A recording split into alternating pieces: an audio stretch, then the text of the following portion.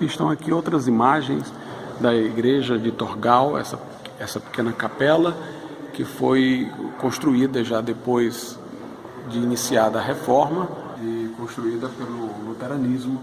E, portanto, nós poderíamos dizer que é uma primeira igreja que foi construída dentro já da chegada do protestantismo luterano aqui na Alemanha. Inclusive, na sua consagração para o início das atividades, se fez presente Lutero nesse lugar. Estamos aqui em Torgal.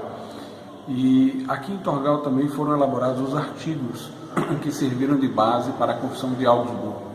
Pastores e teólogos luteranos aqui se reuniram para fazer aquilo que se tornou o esboço da confissão luterana mais difundida, a Confissão de Augsburgo, conforme aqui já foi mencionado. E aproveitamos o ensejo para lembrar o texto que foi tão marcante para a reforma, o texto da carta de Paulo aos Romanos, capítulo 1, versículos 16 e 17, que trazem o seguinte: pois não me envergonho do Evangelho, porque é o poder de Deus para a salvação de todo aquele que crê, primeiro do judeu e também do grego, visto que a justiça de Deus se revela no Evangelho de fé em fé, como está escrito, o justo viverá por fé. Lutero, ele teve uma educação muito rígida e severa, que o fez fortalecer a sua visão de Deus como um Deus vingativo, que era a visão dominante do período medieval. Naquele momento da Idade Média, via-se Deus como distante das pessoas, daí a necessidade de imagens para fazer recordações da sua pessoa, para torná-la mais próxima. E também, naquele tempo, se reforçou muito a ideia da intercessão dos santos e da presença mediadora de Maria, exatamente porque Deus se colocava distante, como um juiz vingativo, que precisava ser apaziguado.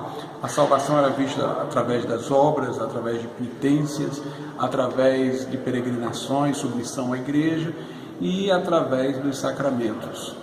E Lutero, tendo aprendido dessa maneira e tendo ingressado no mosteiro dos agostinianos à procura de sua própria salvação, ele que fora orientado pelo pai para estudar direito, mas desistiu porque temeroso de morrer, principalmente depois de uma tempestade na qual se viu ameaçado por relâmpagos, ele desejou garantir a sua própria salvação, de que não tinha certeza. E por isso ele foi ser monge, foi ordenado sacerdote no momento posterior, mas no dia em que celebrou sua primeira missa, ele tremulou, ele ficou nervoso, viu-se como indigno de oferecer a hóstia, de consagrar a hóstia naquele momento, exatamente por sua visão de Deus como um Deus que leva a sério a sua lei. E isso é verdade pelas Escrituras. Porém, ele não conhecia o outro lado de Deus que se revela no Evangelho. E naquele momento, Lutero procurava, através das obras, encontrar uma consciência que o tranquilizasse acerca de sua própria salvação. Viveu em profundas angústias, fez penitências severas, mas nunca encontrava paz para a sua alma.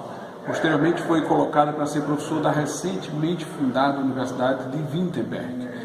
A intenção de seu superior na ordem dos agostinianos era de ocupá-lo com atividades, com a teologia, para ver se sua mente intranquila encontrava paz. Sua grande pergunta era esta: como pode um homem pecador ser justo aos olhos de Deus? Essa pergunta o angustiava, o inquietava. E quando já professor de teologia na Universidade de Wittenberg, preparando suas aulas, ele fez um curso sobre Salmos e um curso sobre a carta de Paulo aos Romanos, ele deparou-se com esse texto que nós lemos, onde Paulo diz que não se envergonha do Evangelho, porque é o poder de Deus para a salvação de todo aquele que crê, e diz que no Evangelho se descobre a justiça de Deus de fé em fé, como está escrito, o justo viverá pela fé. A definição de justiça que Lutero conhecia era aquela dos filósofos clássicos, era aquela de Aristóteles, que é a que pertence ao senso comum e que nossa consciência natural reconhece.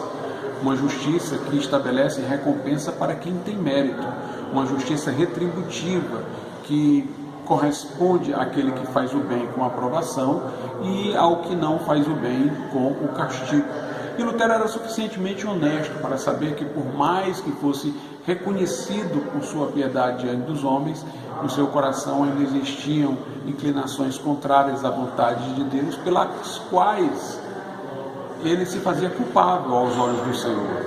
E ele então percebeu que o Evangelho traz uma outra justiça, que somente nele se descobre, como diz o texto, uma justiça que se revela no Evangelho, que não é a justiça que retribui ao mérito simplesmente com a recompensa e ao culpado com o castigo.